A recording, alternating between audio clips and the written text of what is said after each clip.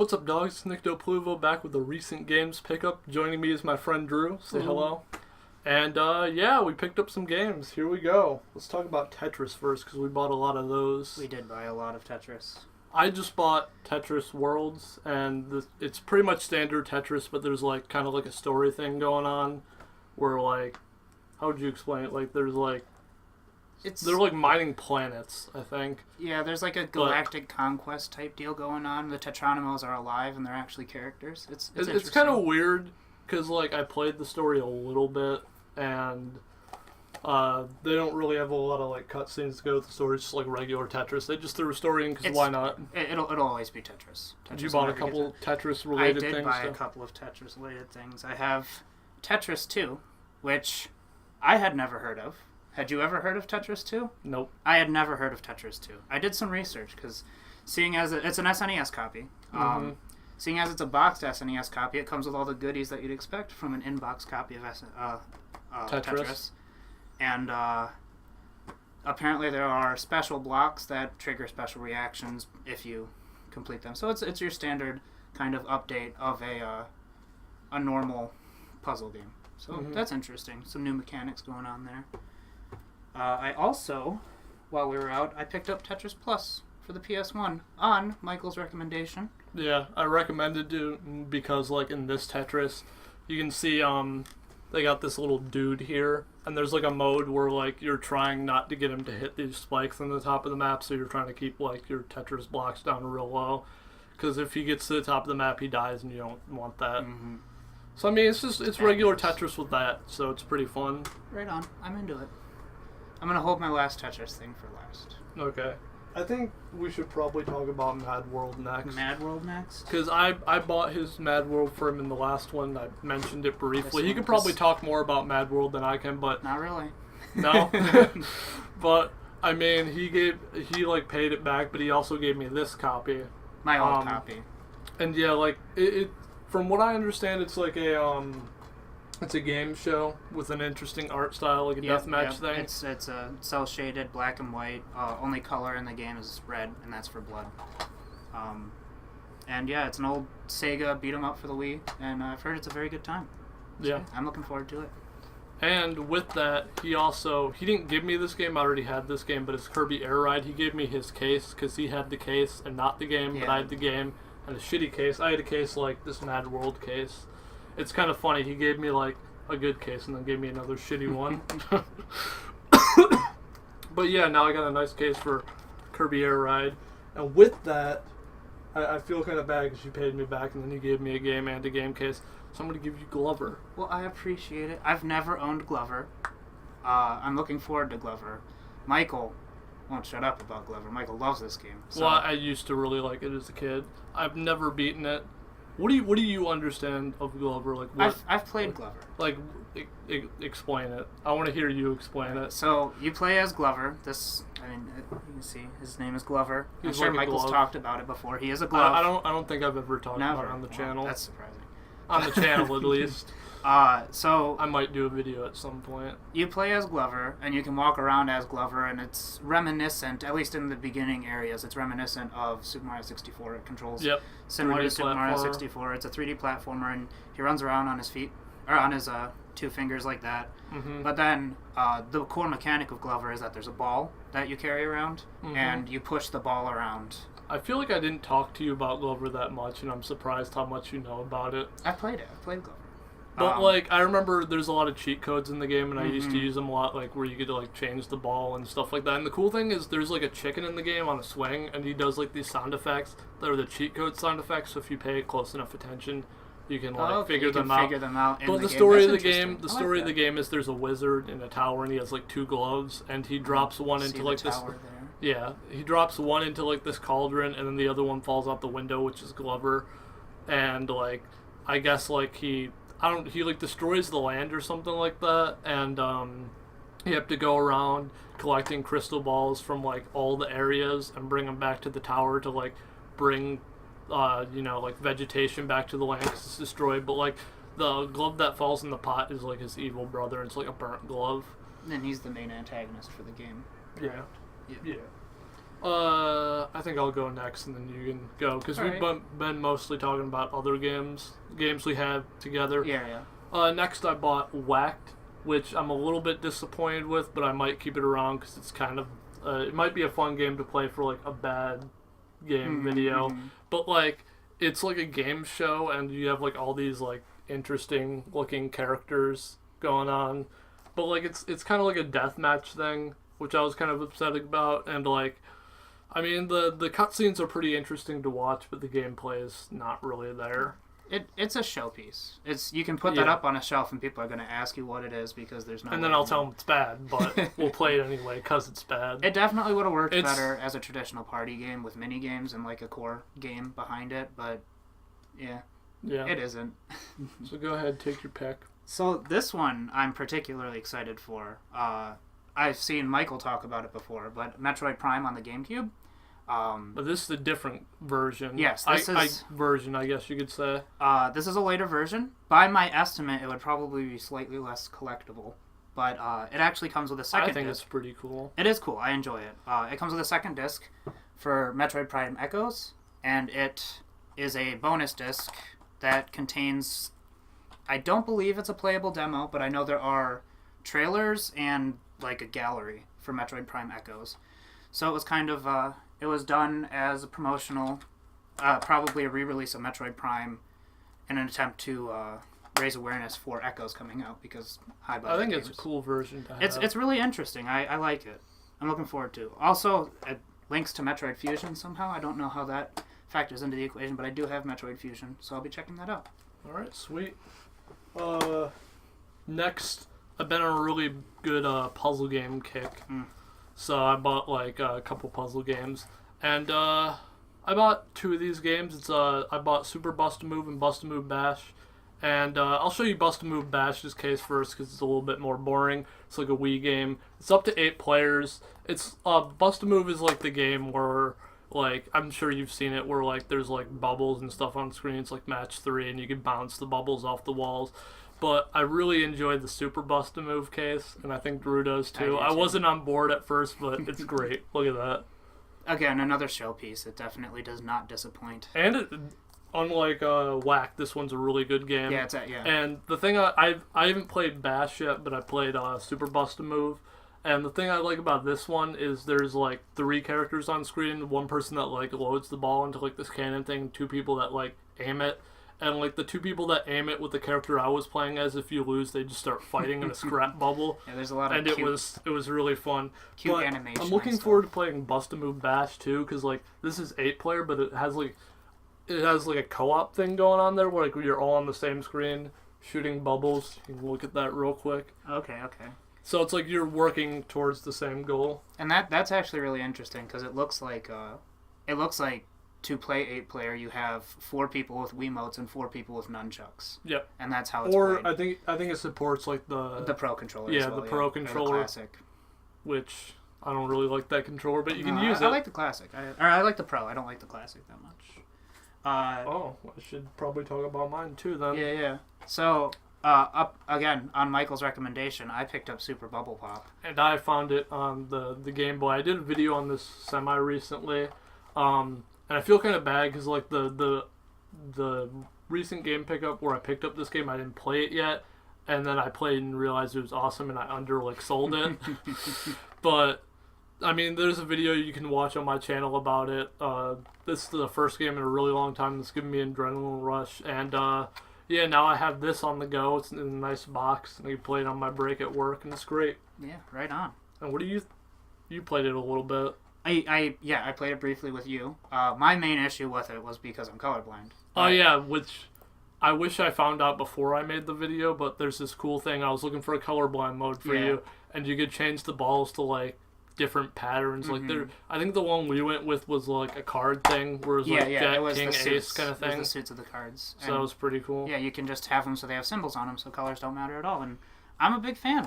Next up, I have SSX On Tour. It's pretty much like snowboarding like Tony Hawk, except for this game has like Mario, Luigi, and Peach. Not a whole lot to say about it. It's just like Tony Hawk. Michael and snowboarding. Michael and I played that game growing up.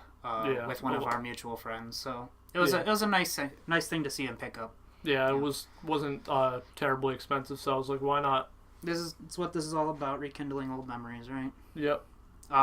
So these next two games, I do not live anywhere near here. I live very far away. And while I was away at school, I picked up two games. I just happened to find them. One was at Walmart and one was at a Goodwill. Mm-hmm. From Goodwill, I picked up Midway Treasures, and I had a Midway game, and I loved it. And then my dog Owen ate it, and I was very disappointed. So I'm happy to be able to play all of the Midway arcade games again. I really like. Didn't you have it on? I feel like it was a Game Boy game because I feel like I've seen it. It was a PSP game. PSP. I have close enough. Yeah. For like a dog I have to fit in his mouth. Namco Museum at on Game Boy, but I really enjoy Smash TV. I really enjoy Robotron. Spy Hunter is my dad's favorite game. Looks like a good collection. It's a great collection. There's a ton of games on there. So yeah, that shouldn't disappoint. I'm looking forward to playing it. So yeah. And then this other one... This one looks interesting. Yeah, this one, I actually wanted to play this while I was down here, but I forgot I had it because I left it in the car. But I found this brand new at a Walmart. It's Domino Rally.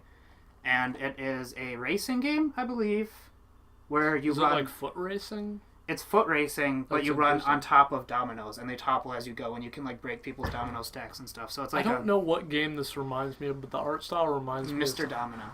Is it Mr. Domino? No, I want to say Rumbo, but maybe Rumbo. not. I also kind of want to say Runner, but it's really not like Runner. Right. Runner's a great game though. Look it up.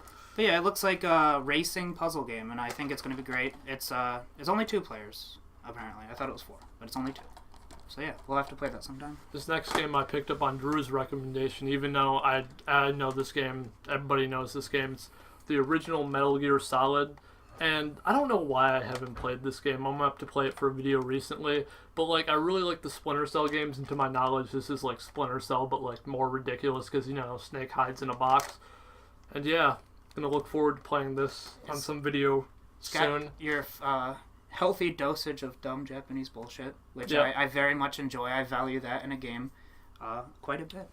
Yeah, I probably should have played it already by this point, but I haven't. Yeah, it takes time. This will be my intro. It's about 15 hours, so it takes some time. Oh, no. It's a lot of time. So this one, Resident Evil Umbrella Chronicles, I've been looking for a while. It's not particularly rare. I just never ended up with it. I've been wanting it for a while. I'm a fan of on-rail shooters. I'm a big fan of Resident Evil. I own them all, except for this one. And I don't have the spin-offs in the like PS2 era, but most other Resident Evil games I do own. And I'm a big fan. This is like a collection completion game. No, it's an on-rail shooter. No, I mean like for your collection. Oh, for my collection. Well, I actually really wanted to play it. It just seems like a really fun game. It's a. Yeah, but you were saying this is the only one you don't have. One of them. It's not quite there, but we're getting there. We're working towards it. But yeah, I will warn you. What I did not expect. This game covers the storylines of certain Resident Evil. I've only played through the first chapter, which focuses on Resident Evil 0. And there are huge, massive story spoilers for Resident Evil 0. So if you plan on playing... played that? I have not played it yet, but it's not like... Resident Evil story is not really... It's not that big of a deal. I wasn't very concerned about the story when I was playing 4. The gameplay was pretty there, so I was too distracted by it. But if that's something that worries you, make sure you play Resident Evil 1 and Resident Evil 0 for sure before playing this. Yeah, the next game I got is Tie 2. This is the only Tie game I haven't had, and I haven't really played any of them yet, but they look like really good 3D platformers, so now once I play the first one, I can go all the way through. Filled out the collection. And I also wanted to talk about, I got F-Zero X on the N64, and this is pretty much like similar to the GameCube version I bought a while ago, and except for like this one's not as violent, because I feel like I remember in the GameCube one getting like blown up by like missiles and stuff. This one, the only way I died was like I think I over accelerated, my thing blew up. But yeah, it's a pretty fun game.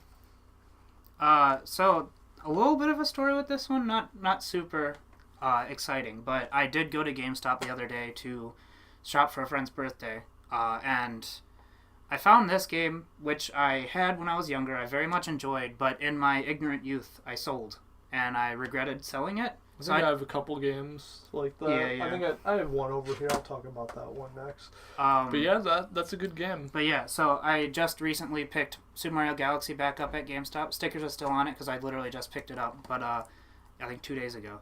But it's a really good time. There's yeah, it's a 3D Mario game. There's can't go wrong. nothing to say about it. One thing that was interesting to me is this game is now 10 years old.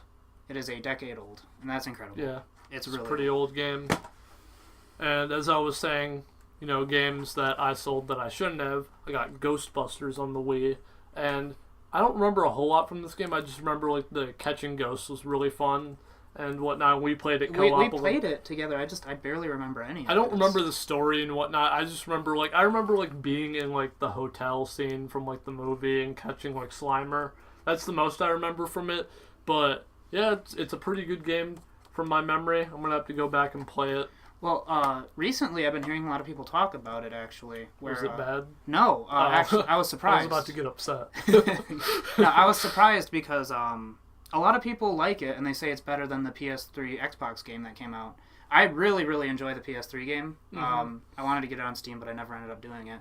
But I have it on PS3, and I really like that game. It's very true to the movies type deal, mm-hmm. but a lot of people said that game's a lot more fun. It's just more fun. It works better as a game.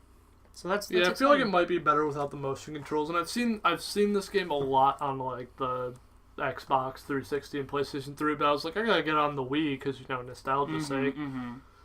Yeah, but it's a completely different version. Yeah, this is another one I picked up at GameStop the other day, much to my surprise. I walked in, I saw this on the shelf. It is Animal Crossing Amiibo Festival, the complete pack that came with the Isabelle and the Digby Amiibos. It also comes with a bunch of Amiibo cards. And the game, and it was brand new. I should get into Amiibo cards. They look really cool. They are going back up in price. Oh, I was because they were like 50 cents a pack for a while, and now they're back up to like $6 a pack. Their market value, and that's surprising to me. I didn't expect that. But so yeah, I've heard not very good things about Amiibo Festival. Yeah, no, we were talking about how bad it was, but you bought it for really cheap, yes, so it's worth a try. It was $4. And you got the nice pack-in with the Amiibos, so you don't have to buy none. Mm-hmm. But then again, those Amiibos are really cheap. They're the cheaper ones, but still, I got this for free because it was a buy one get one free. Mm-hmm. And they were selling these brand new versions of it as pre-owned because they couldn't sell the brand new versions anymore, so they moved them all to pre-owned. That's how I got my copy. Yeah, but even if you don't have the game, the Animal Crossing Amiibos are pretty cool. I think they have a KK Slider one that's pretty sweet, but I think you have to buy in a triple pack with some characters I don't want. I love Isabelle. Like, I think, what are the two llamas' names? Like, there's a llama that has, like, a thrift store, and then like her brother's there and he does custom furniture, and they were just put in like the newest game, but I don't really like them that much. And then it's like you get those two and KK Slider. It was like, well, I guess I'll get KK Slider and these guys. I should know because I've been playing Pocket Camp and he's a big character in it. Next up is another game I picked up because I'm on that puzzle game kick, and initially I was a little bit upset with it. I'll talk about it in a minute, but it's Eggmania Extreme Madness, and I mean I just saw that it looked like a puzzle game, so I was like, this is cheap, I'll buy it. And it says good right there on the sticker, so you know. How can you argue with that?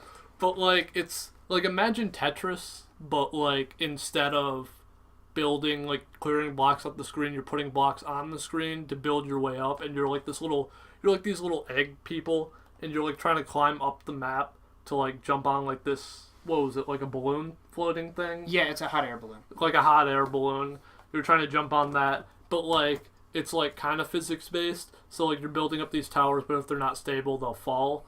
And me and Drew were playing it on like the easy difficulty, and it was just too easy. And then we played the bomb difficulty, or the bomb mode, where you throw bombs at each other's towers and knock them off, and that was eh. But then once you put it on hard mode, that's where the real fun kicks in. Because like when we were playing on easy, it was just like, so you could stack up the fastest. Then you play on like the harder difficulties, and like, you're stacking up, and like things are falling down more quickly. And then there's like these, depending on what level you're playing on, we were playing on like a prehistoric level, and there's these pterodactyls coming through, stealing your blocks. Probably should have mentioned it, but like the blocks fall from the sky, and you pick up blocks and build your way up. They're like power-ups almost. Yeah, but definitely would be fun to play again. Oh, yeah, I was kind of upset because it's only 2-player. We thought it'd be really fun to play 4-player, especially with the bomb mode.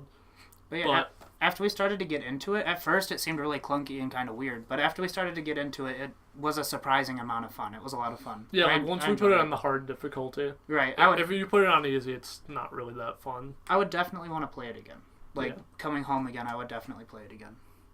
This next one is just a game that's been on my list for a while. It's GTA 2 for the PS2, or PS1 rather. Apparently, I didn't know this until after I bought it. It's the collector's edition, which I don't know what that entails, but it just looks like a really good time. It's a tried and true game. People love it, and I'm sure I'll love it. I just have to get around to playing it. I've almost bought that game once. I have every time I go into disc replay, I'm like, I'm gonna buy GTA 2 this time, and I never do. And so, yeah, I've seen it before, and I thought about buying it, but then I saw other games, and I was like, I don't want to spend all my money. So yeah, but I finally ended up picking it up. I'm happy. I guess I'll talk about this game next. It's SpongeBob SquarePants Creatures from the Krusty Krab. It's like another 3D like platformer SpongeBob game. I've heard good things about it. Haven't played it yet. I actually didn't mean to buy this game. Like at the place we went to, it was like buy two get one free. And I was trying to buy a James Bond game, but they didn't have the disc. It's from Russia. And like I already got like the deal. So I was like, I guess I'll pick up whatever looks interesting next. And like I was kind of looking at this, but I didn't want to buy it. But then I was like, if this is gonna be my free game, why not? Yeah. So I'll try that out at some point. You got any more games? I do have a few more. Oh yeah, that's right. You didn't talk about that yet. I have not talked about this yet. This is something. I've had my eye out for this for him, and it's actually hard to find. He's been watching for me. This is kind of not exactly. It's one of my not exactly my magnum opus, but it's getting there. It's one of my most prized things in my collection right now. Well, you got a nice what's the word, like bundle, I guess you could say, like collector's edition of it. So this is Corpse Party for the 3DS. Corpse Party has a bit of a troubled history when it comes to releases, because every time they release a game, it has brand new... Because they re-released the first game. This is the first game in the series. Blood Covered, I believe, is its actual title. It doesn't say here. It's just called Corpse Party. But every time they release a game, they re-release the game on different platforms. They have different extras and different features. And they always consistently take away features and add new features. So each version is wildly different in terms of content. And this is the first one that compiles everything. It's all of the agreed upon best like sprite work, all of the mechanics, everything, and all of the extra missions are there except for one. So there's only one extra mission. So this is by and large the definitive version of Corpse Party, and it's portable. But yeah, I picked up the collector's edition. Yeah, I've never heard of this game, and I was like looking through like all the 3DS games and couldn't find it. Yeah, it's kind of obscure. And then we found it at this one place, and there was this version, and then there was just like one like little cartridge. But yeah, I've seen this once or twice. I've seen this twice total, and yeah. And it was at the same store, I believe, right? It was, yeah. And it comes with little snap-on figures. You can interchange them and stuff. Of the two main characters, they aren't really main characters, but yeah, that's something that's exciting for me. I really enjoyed this. Yeah, it looks like we're getting a little bit long on time, so I'm going to try to breeze through the... I think I got two more things, but this is The Simpsons Road Rage. It's pretty much like Crazy Taxi, like The Simpsons.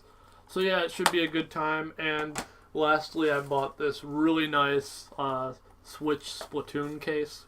We can hold the whole Switch in my games, and I thought it was really cool because like this zipper, it's got like the little squid dudes. So that's pretty cool. Yeah. I just have a few more to go through real quick. These are newer. Just a few days ago, I picked up Fire Emblem Warriors. I picked it up specifically because I wanted to play with my friend Demi, which Demi is Nyctopluvo's biggest fan. So if you're watching, hey Demi, how's it going? Shout out. Yeah. One time, just once. But yeah, it's a lot of fun. It's exactly what you'd expect. It's very similar to Hyrule Warriors. I think I've mentioned Demi on this channel. Yeah, before. you have. Because we talked about Alien, which I was going to mention for Metroid, but whatever.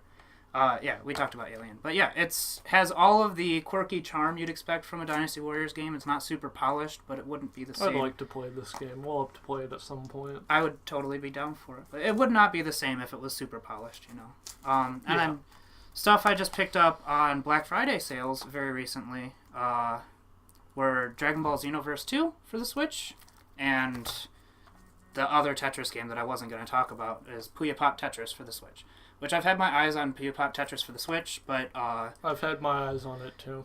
It's just been too expensive for me, but just recently it went on a good sale and I decided to pick it up. So yeah. Yeah, I think it's half the price now. Yep. And I think it's a full rollback, so it's cheaper permanently now. It's not just a deal. Well, that's good because I asked for it for Christmas, so Yeah. I would have bought it too had it not been on my list of stuff people could buy me for Christmas. And then my last thing, just real quick, is the metal kickstand for the Switch. I've had my eyes on this for a long time, and I was planning on pre-ordering it, but then there was a bunch of stuff with the company. Yeah, the kickstands for the Switch are pretty shitty, so if you're serious about the Switch like Drew is, and I might have to get one at some point, and the metal kickstand's the way to go. It's not much, but it's only $5. It's not very expensive, and it comes with an extra micro SD slot, so you can hold more. If you don't have a case, you can hold more micro SDs on you if you need to switch on the fly. All right. So that's everything. Yeah, that's everything. Thank you for watching, and we will see you guys next time.